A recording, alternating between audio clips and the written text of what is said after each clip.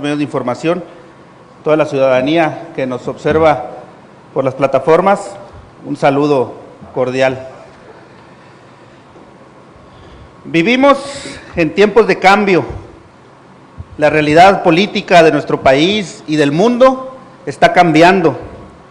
No solamente por esta pandemia del COVID-19 que ha azotado al mundo entero y que nos orilla a vivir en una nueva normalidad.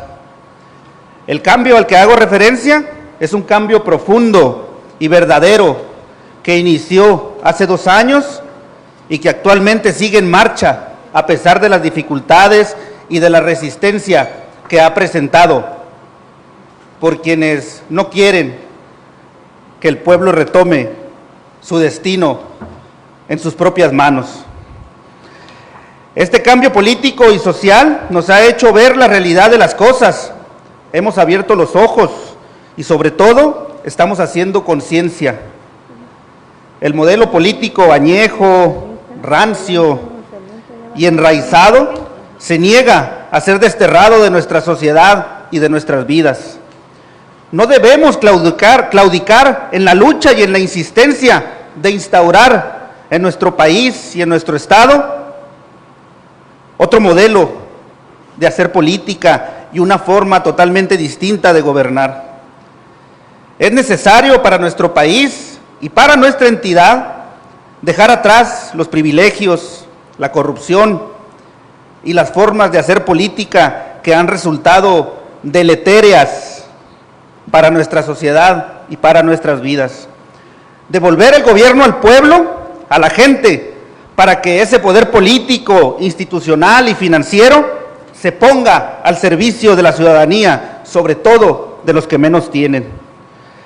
Para lograr este cambio tan anhelado por todos y por todas, no es necesario inventar o reinventar la política, no.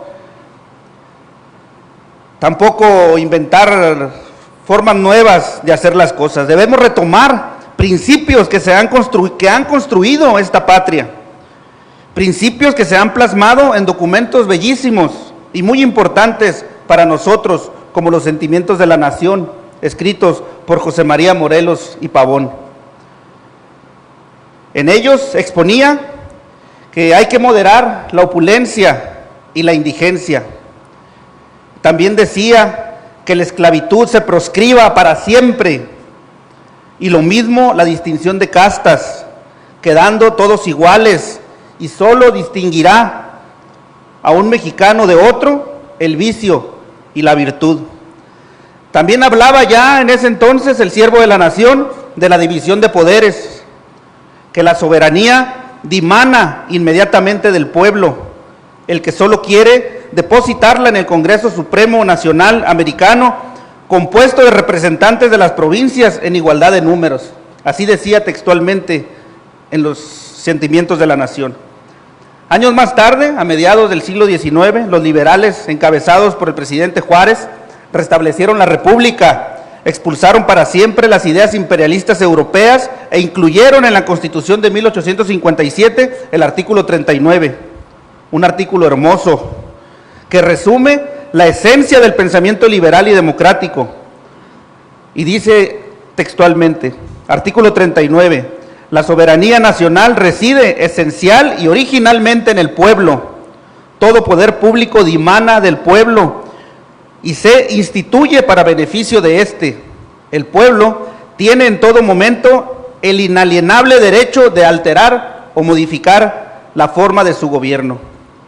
Ese derecho de modificar nuestra forma de gobierno de manera inalienable, es decir, irrenunciable, y que ningún gobierno o autoridad nos puede arrancar, ese derecho está siendo ya ejercido por nuestro pueblo. Hemos tomado ya la decisión de desterrar para siempre la política prehistórica, jurásica, esa donde todos los intereses contaban, menos el interés de la sociedad. Quienes no se han dado cuenta de este cambio por el cual hemos optado son los mismos personajes de siempre.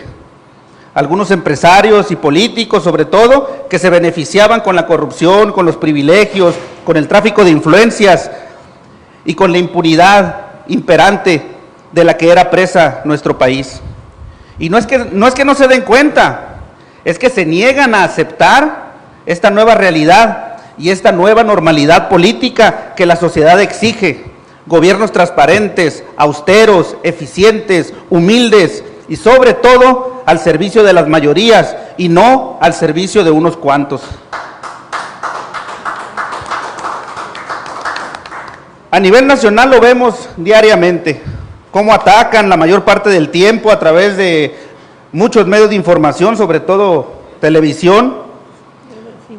Atacan todo el tiempo sin fundamento y con base en noticias falsas a un gobierno federal que lucha día a día contra la corrupción y contra el despilfarro del erario que es dinero de todos.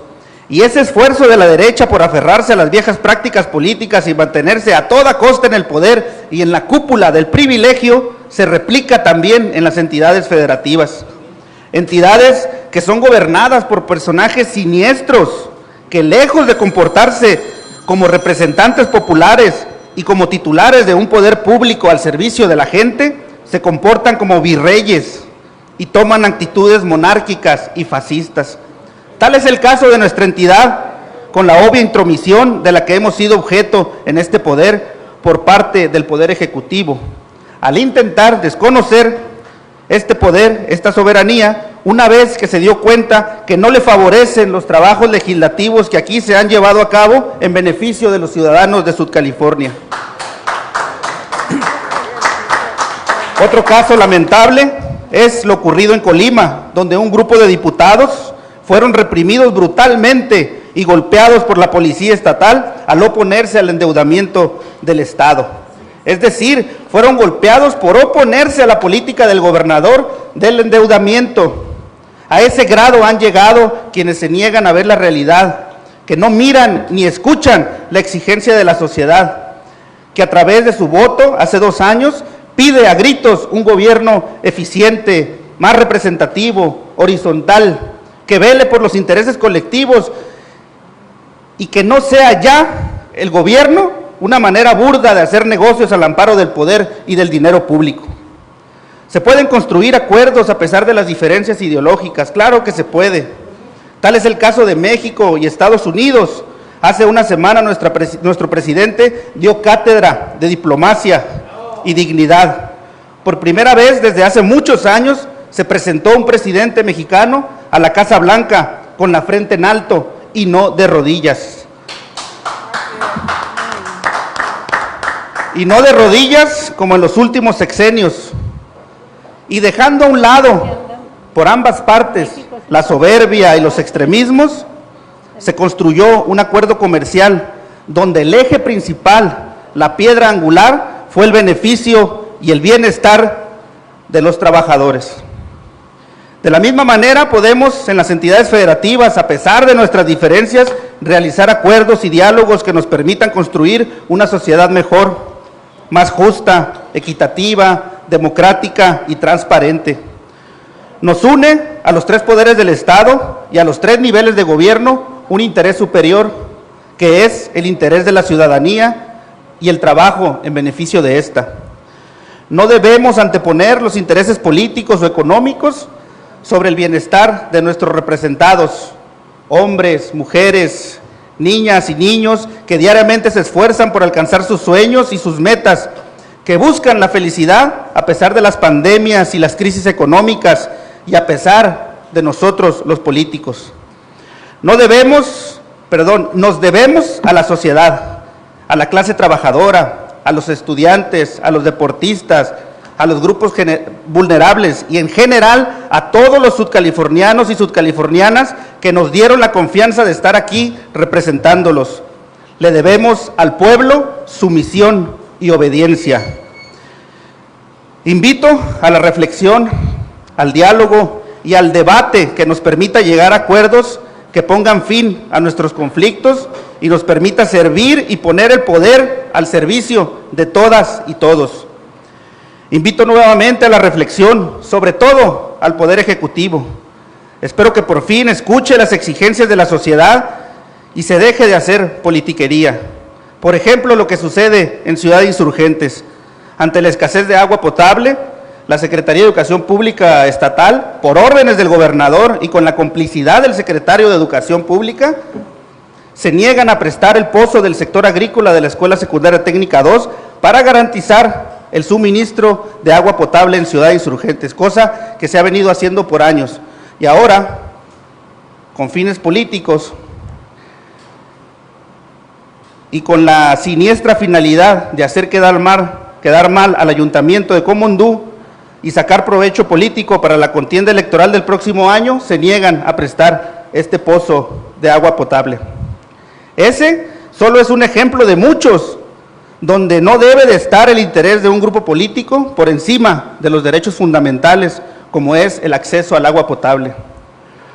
Concluyo diciendo y recordando la importancia que tiene el respeto a la Constitución, a la división de poderes y a nuestras leyes fundamentales, pero sobre todo el apego a principios y valores que llevamos y que tenemos arraigados desde nuestras familias, y que urge llevar esos principios como la honestidad, el honor y el amor al prójimo a nuestras instituciones y a nuestra forma de gobernar y de hacer política.